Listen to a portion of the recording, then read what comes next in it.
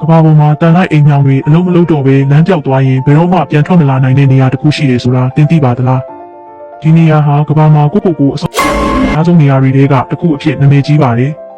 ဒါကတော့ဂျပန်နိုင်ငံဖူဂျီတောင်ကြီးမှာရှိတဲ့အာအိုကီကာဟာရတောအုပ်ပါလူသိများတာကတော့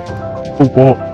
ဒီတောထဲမှာမြေအောက်တထုတက်တွေကြောင့်တန်လိုက်အိမ်မြောင်တွေယူသွတ်သွားတတ်တယ်လို့ဖုန်းလိုင်းလည်းလုံးဝမမိပါဘူးတောအုပ်ကအရန်ထူထပ်လုံးလို့ဒီတိုက်တန်တောင်မကြားရပဲအောင်တိတ်ဆိတ်နေတတ်ပါတယ်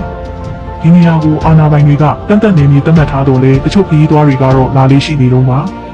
ဒေသခံတွေကတော့ဒီတောထဲမှာမကျွတ်မလွတ်သေးတဲ့ဝိညာဉ်တွေရှိနေတယ်လို့ယုံကြည်ကြပါတယ်ဒဏ္ဍာရီများတွင်ယူရေးပစိများပိုးစာရေးစာရှားပါချိန်များတွင်တက်ကြီးတွေအများကိုတောထဲတွင်ထားခဲ့ပြီးဒီကူပေါ်ဒီခုရှေးကောင်းအယုံကြည်များလည်းရှိပြီးတင်ကောဒီလိုတိတ်ဆိတ်လုံးနဲ့တောအုပ်ထဲမှာတ냐လောက်တယောက်တည်းနေရပါသလား